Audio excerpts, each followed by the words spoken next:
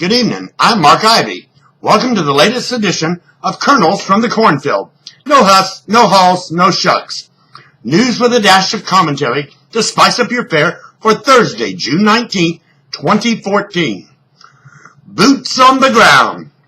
Don't be fooled by the terminology being used. When President Barack Obama announced today that he is sending up to 300 members of special forces into Iraq as advisors and not in a combat role, he went back on his vow to put no boots on the ground last week. Read my full take. It is boots on the ground. Lessons we should have learned.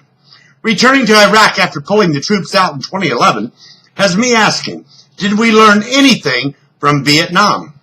It also has me wondering if we are seeing play out now in the Persian Gulf may be a foreshadowing of what may be on the horizon once we pull U.S. forces out of Afghanistan by the end of 2016. Guard change. The Republican caucus in the U.S. House of Representatives voted today to replace outgoing House Majority Leader Eric Cantor with House GOP whip California Congressman Kevin McCarthy. That opened up the number 3 spot, which went to Louisiana Congressman Steve Scalise. With the change in the guard, which left Ohio's John Boehner in place as House Speaker, don't expect to see much change in how the caucus conducts its business. Gridlock will go on.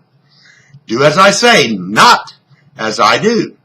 If there's anywhere in the world to be safe, secure, and free of contamination threat, you would think it would be the Centers for Disease Control and Prevention in Atlanta, Georgia.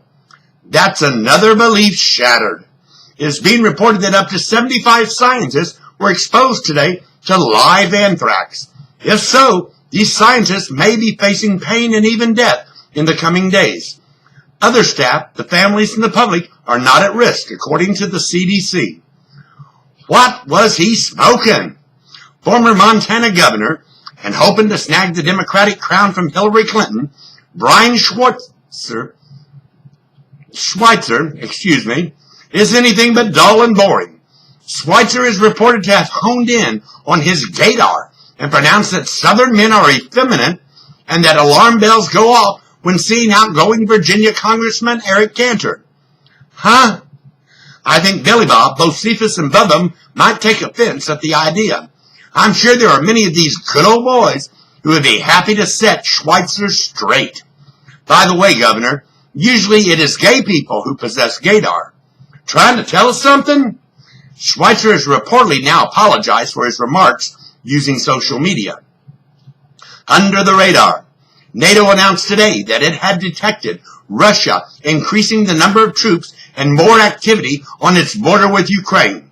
While the world is distracted by what is happening in the Persian Gulf, could Russian President Vladimir Putin be planning to move in and annex more territory under the excuse of protecting those of Russian ethnicity? Out of the water, Jaws returns. Did you hear about a 1-ton shark headed toward the coast of Texas? So much for my plans to visit Galveston Island this summer. The shark was recently spotted 100 miles off the western coast of Florida, but headed to Texas. He can't wait.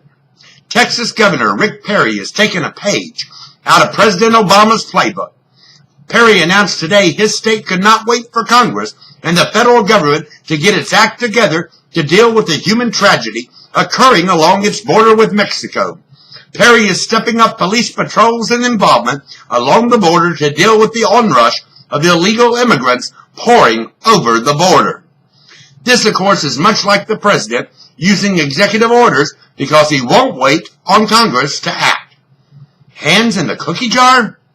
Wisconsin Republican Governor Scott Walker, who beat back a recall attempt a couple of years ago and is said to have White House aspirations, has been charged with violating campaign finance laws today. Walker is being accused of being a part of a nationwide scheme to use illegal means to raise campaign funds. Walker maintains his innocence. Walker is up for re-election. So was the governor caught with his hands in the cookie jar, or is it sour grapes over Walker repelling the recall attempt? Equality in the church?